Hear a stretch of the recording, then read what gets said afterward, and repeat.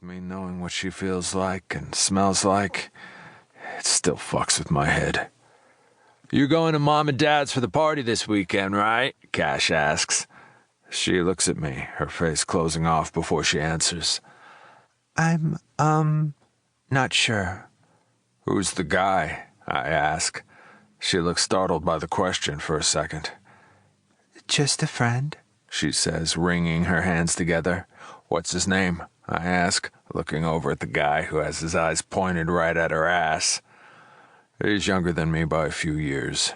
His dark blonde hair is a mess, and he looks like a fucking bank teller in his cheap-ass suit. "Bill," she says, looking at Cash. "I'm going to go now.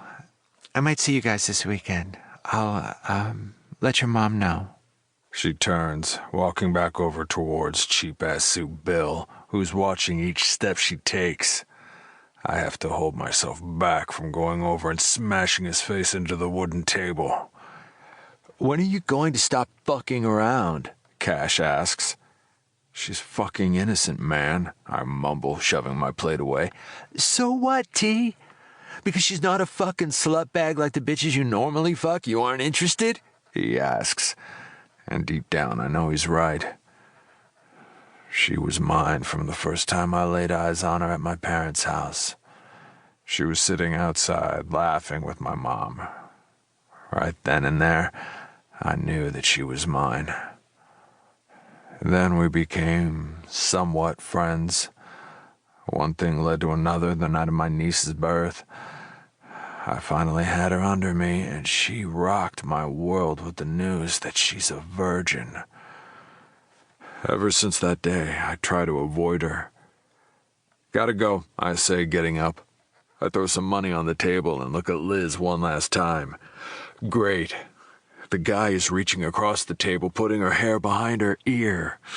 My blood boils.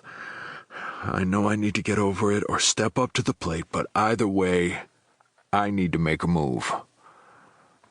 The guy looks over in my direction. His chin lifts in warning.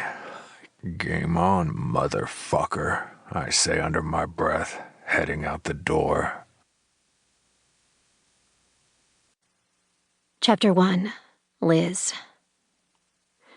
I get to the front door of the club and shove it open. My stomach is full of butterflies. In all the time I've lived here, I have never been inside this club.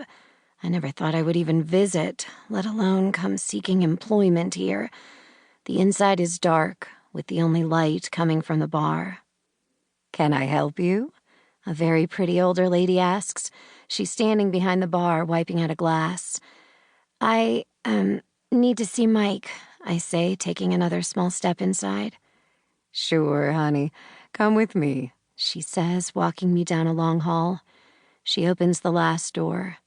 "Shannon, give me a minute," Mike says without looking up from his computer. "November added some new program on this damn thing and now I can't find my email," he grumbles. I smile and walk around the desk, take the mouse from him and click on the email icon. He chuckles. "Hey, darling, how are you?" he asks in the fatherly tone that I've come to love. Mike and my dad had been best friends until my dad passed away 10 years ago. After his passing, Mike had helped my mom out with my brother and me whenever she needed an extra hand. I used to pray that Mike and my mom would get married, but they were never anything more than friends. "Could be better," I say, feeling the tears start to climb up my throat again. "What's wrong?" Mike asks, standing from the desk, pulling me over to the couch. "Well, I need a job." "Okay," he says, and I can tell he doesn't know what to think. "What's going on with the store?" he asks, and I can no longer control the tears.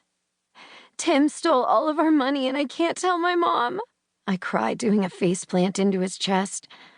I don't know what happened to the brother that I used to know, the one who would come home at night to check in on me after our father passed away. We used to be close. Then he moved away to school and everything changed.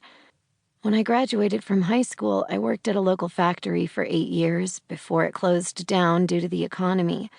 Every week when I got paid, I would put money away for savings.